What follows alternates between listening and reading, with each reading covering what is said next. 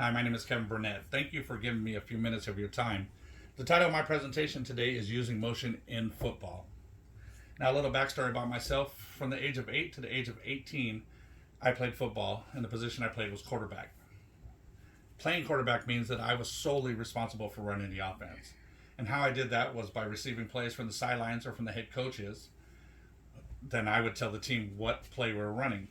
Depending on what play we were running would determine the formation that we would use. On the board, I have two simple formations, one for offense and one for defense. The offense is in an I formation. It looks like an I because the two running backs are lined up directly behind the quarterback. We also have two wide receivers and we have a tight end. The wide receivers and the tight end usually catch passes in the passing game, and we have 5 interior offensive linemen. The jobs of the offensive linemen are to protect the quarterback or whoever has the ball. Now, on defense, the defense in this formation is in a 4-3, and that's determined by having 4 defensive linemen and 3 linebackers in place.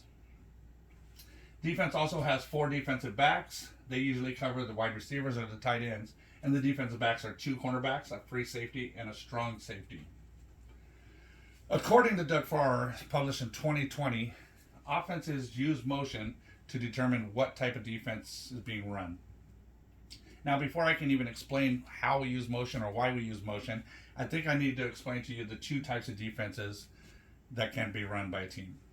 The first one is a man-to-man defense, and what that means is on defense, each man on defense is responsible for one player on offense. So if this receiver was to go up and in, this cornerback would stay with that receiver, the cornerback would stay with that receiver, and each individual defensive players would stay with their assignments. The other type of defense that a team can run is called zone coverage. It's vastly different from man-to-man. In a zone coverage, each person is designated a responsibility for only a certain part of the field. So this cornerback may take this section, the safety would take this section, and so forth. In a zone defense, they're covering a zone. The only way they would deviate from that is, say, if he's had this zone and we ran the ball to the left, then he would obviously chase the ball carrier.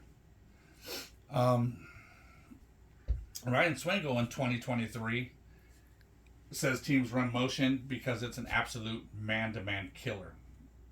And what he means by that is if we take this receiver in motion here, he's already a couple steps ahead of the cornerback. He can easily, when the ball is snapped, cut up and cut out, and he has 4 or 5 feet on the defender already.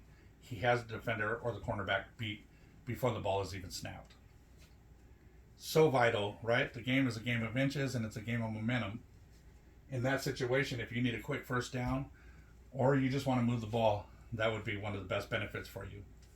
The other benefit to that is if they're running man-to-man and you put the receiver in motion, he lines up here, the cornerback follows with him, you now open the entire right side of the field.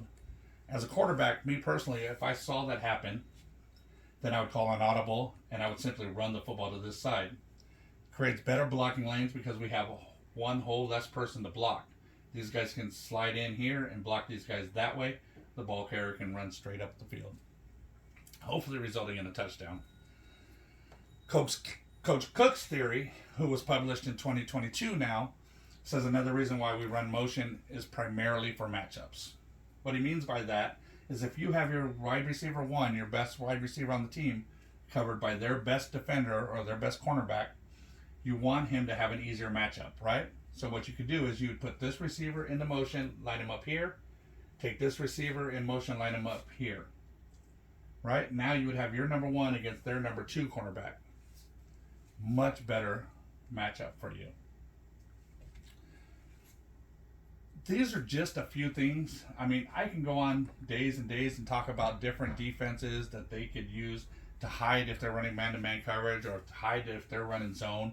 And we could go on talking about who we can move in motion. We can move running backs in motion. We can move the fullback in motion, the tight end. We can go on and on about days of those. These are just the basic concepts.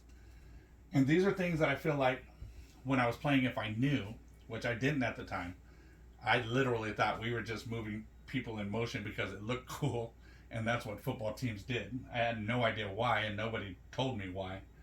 And I went with it. I used my athleticism, and I used my quick thinking, and just the experience of playing football, and I went with it. if I knew these absolute reasons why we ran motion at the time, I feel like I would have been a much better quarterback. Now, with that said, what's done is done. Um, yeah. And in conclusion, in the simplest terms I can use to articulate why a football team will use motion, the simplest form is this. Teams use motion to determine if the defenses are running a man-to-man defense or if they're running zone coverage. My challenge to you is the next time you watch a football game, watch the offense. See if you can notice when teams go into motion.